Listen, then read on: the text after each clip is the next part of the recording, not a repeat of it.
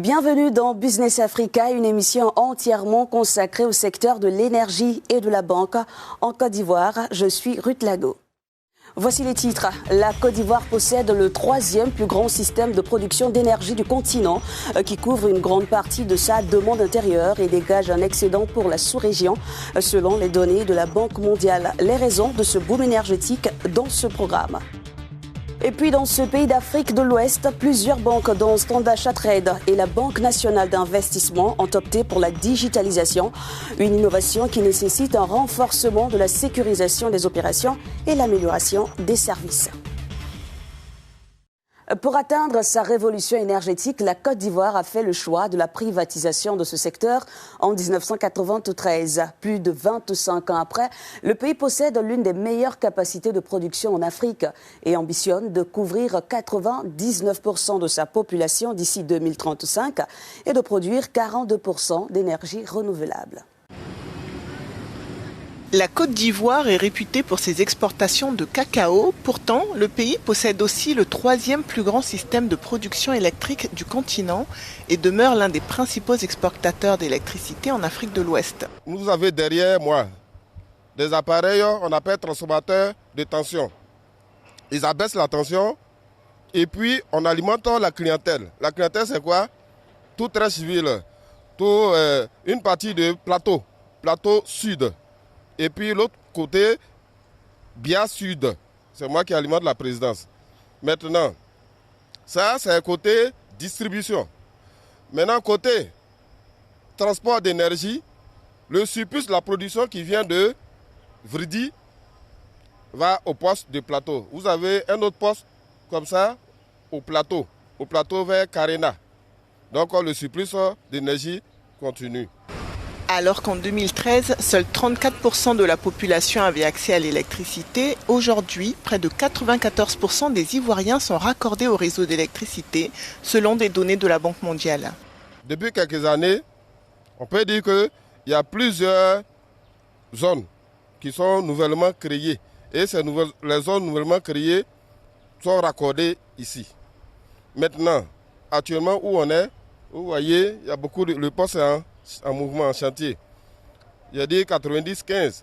Maintenant, on passe à 225-90-15.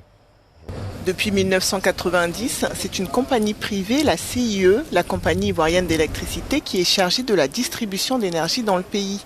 Et depuis quelques années, elle essaye d'adapter ses services à l'ère du digital. Ainsi, un consommateur peut signaler une panne, une coupure d'électricité et même payer sa facture sur Internet.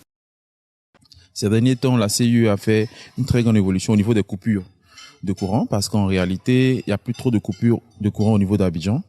Comparé aux années précédentes, nous constatons qu'il y a une très grande évolution. Le pays ambitionne non seulement de couvrir 99% de la population en électricité d'ici 2035, mais qu'en plus 42% de cette énergie soit renouvelable. Nous sommes rejoints d'Abidjan par M. Amadou Bakayoko, le directeur général de la compagnie ivoirienne d'électricité. Bonjour monsieur, merci d'avoir accepté de répondre à nos différentes questions. Comment est-ce que la Côte d'Ivoire a-t-elle pu réaliser ce bond énergétique passant de 34 à 94% de couverture de son territoire? Ces 10 dernières années, à mon sens, il faut comprendre cette performance avec deux raisons principales. La première, c'est que vous avez un cadre institutionnel avec une répartition des acteurs qui est plutôt équilibrée entre une société d'État qui s'appelle Côte d'Ivoire Énergie, qui est en charge de l'investissement dans le réseau, et une place importante qui est accordée au secteur privé, avec notamment la compagnie ivoirienne d'électricité qui est en charge de l'exploitation de ce réseau. Donc Côte d'Ivoire Énergie a mis en place un programme d'électrification rurale, et grâce à ce programme, nous sommes passés d'un peu plus de 2000 localités à plus de 6000 localités en quelques années, avec un rythme de ces 2 prochaines années de 1000 localités par an. Bien, nous avons mis en place, donc au niveau de la CIE, en concertation avec l'État, un programme d'accès qui permet à partir de 1000 francs CFA seulement de commencer à accéder à l'électricité. Ensuite, la personne payera sur plusieurs années à travers des prélèvements sur ses paiements. Le pays a gagné la bataille de la couverture énergétique, vous l'avez dit, mais le coût du kilowattheure reste un frein à l'accès. Qu'est-ce qui est entrepris pour rendre plus accessible l'électricité? Pour votre facture d'électricité, il y a 2 éléments. Il y a le prix du kilowattheure et il y a la quantité d'énergie que vous consommez. Ce sont ces deux éléments-là qui font votre facture. Si vous prenez le prix, aujourd'hui, nous avons dans la sous-région, parmi les prix au kilowattheure les plus compétitifs. Vous avez un certain nombre de pays, vous êtes à 80, 100 francs le kilowattheure. Donc aujourd'hui, nous sommes à un peu plus de 60 francs le kilowattheure pour la plupart des consommateurs. Donc nous sommes plutôt dans la catégorie basse des prix.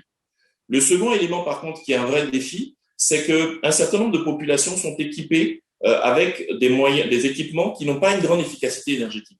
Pendant longtemps, dans nos pays, il n'y avait pas d'obligation d'indiquer l'efficacité énergétique des équipements. Si vous allez dans d'autres pays, vous voyez qu'il y a une catégorie A, B, C, D, E. Et donc, quelque part, selon le type d'efficacité énergétique que vous prenez au niveau de votre climatiseur, de votre télé, de votre congélateur, eh bien, pour le même usage, votre facture peut varier de 30-40%. Ce que nous disons, c'est que nous allons aider les populations à pouvoir mieux maîtriser leur consommation. Nous allons les aider à pouvoir identifier, et là, il y a des lois qui arrivent en Côte d'Ivoire qui vont obliger à identifier le niveau de consommation des équipements. Nous allons en plus leur donner de l'information sur l'évolution de leur consommation qui va leur permettre de pouvoir suivre cette consommation et de mieux la maîtriser. 42% de l'énergie produite par vos centrales sera renouvelable d'ici 2035. Est-ce un objectif tenable selon vous ? Aujourd'hui, nous sommes à peu près à 30% d'énergie renouvelable donc, dans notre mix énergétique. Et il y a un certain nombre de projets qui ont été engagés au titre notamment du solaire et de la biomasse.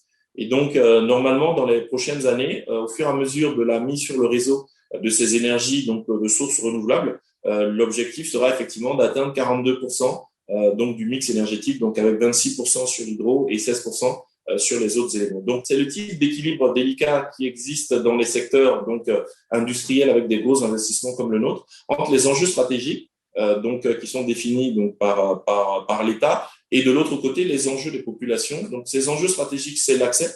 Effectivement, je crois qu'il est important que le plus de populations possible ait accès dans de bonnes conditions à l'électricité.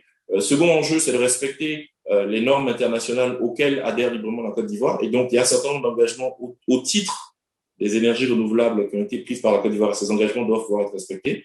Donc, le nouveau cadre contractuel qui a été signé avec l'État pour nous ces 12 prochaines années est un cadre justement qui va nous permettre à nous de jouer complètement notre rôle dans l'optimisation des coûts pour l'amélioration de la qualité, ce qui, on l'espère, devrait permettre de financer des activités comme celles que vous le dites, qui sont vertueuses pour l'environnement. Donc, nous faisons notre part pour réduire le coût, en espérant donc que grâce à ça, on puisse avoir un comportement vertueux au niveau de l'environnement. Monsieur Amadou Bakayoko, directeur de la compagnie ivoirienne d'électricité, merci à vous. Je vous remercie. Bienvenue dans cette seconde partie de Business Africa. Comment relever le taux de bancarisation en Côte d'Ivoire, encore dominé par les entreprises formelles et leurs salariés? C'est le pari fait par des banques comme Standard Chartered et Beni à travers le self-banking qui offre la possibilité d'ouvrir directement un compte en ligne et réduire les coûts traditionnels. Sauf que cette digitalisation demande plus de sécurisation. Aujourd'hui, grâce au digital, l'Afrique est le deuxième marché bancaire à l'échelle mondiale en termes de croissance et de rentabilité. En Côte d'Ivoire, la digitalisation des services bancaires est une réalité. Les 28 banques en activité dans le pays s'adaptent de plus en plus à l'ère de l'Internet.